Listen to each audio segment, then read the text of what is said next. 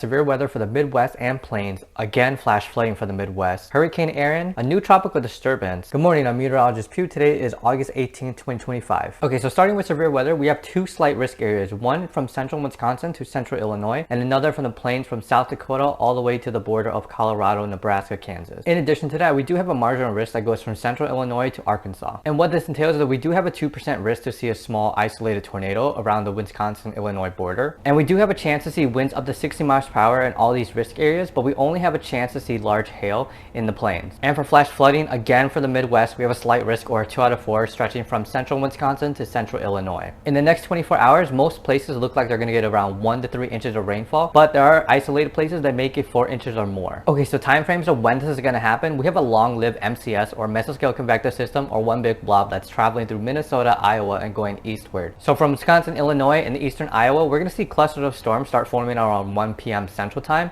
and these clusters are going to keep forming throughout the evening. And then remnants of these storms are going to travel eastward to places like Indiana and Michigan throughout the night. For the eastern Rockies and Plains, it looks like things are going to start forming around Colorado around 3 p.m. Mountain Time, and then travel eastward. From the mid-Mississippi Valley to Arkansas, it looks like things are pretty spotty and isolated. Something might initiate around 5 to 7 p.m. Central Time. And then from the mid-Atlantic all the way to the southwest, you guys may see short-lived isolated cells around 2 p.m. Central Time. Okay, talking about tropics, Hurricane Erin did re-intensify to a Category 4. Her projected path is still ideal, where it's between the East Coast and Bermuda, but it does look like her wind profile is going to expand a little bit as she expands overall. The East Coast, especially the North Carolina coast, may see 10 to 20% chance of tropical wind speeds up to 40 miles per hour. Not to mention, these same places may see the outer bands of Erin and may see lots of showers. And this won't happen until around like Wednesday, Thursday. But something that we do need to talk about is that there is a new tropical disturbance in the Atlantic that's forming right behind Erin. And as of right now, we have a 50% chance of something forming in the next 7 days. But what's really significant is its projected formation path. If something does form below the latitude of Puerto Rico, then there is a greater chance for the projected path for this storm, if it strengthens, to go to the south or southeast coast. If something forms around the latitude or above the latitude of Puerto Rico, then it may follow the path of Erin. Okay, now back to the severe weather inland. If we look at satellite imagery, we can see that we have clear skies below the MCS, and that's going to be really significant because we have a low pressure somewhere around that MCS, and it's bringing in south to southwesterly winds. And because there's clear skies here, it's going to be bringing that warm, moist air into the MCS and encouraging the MCS to sustain itself, but also to re-intensify later. And then also, not to mention, we do have clear skies in the plains as well, and that's going to help with the diurnal heating, more surface heating, more instability. And with the MCS providing one, cloudiness, but also a lot of precipitation, there's a lot of cool air around the Wisconsin-Minnesota area. And so the border of Wisconsin, Illinois is going to have a drastic temperature gradient, which is going to help reinforce those cold fronts and surface lifts. And that's why we have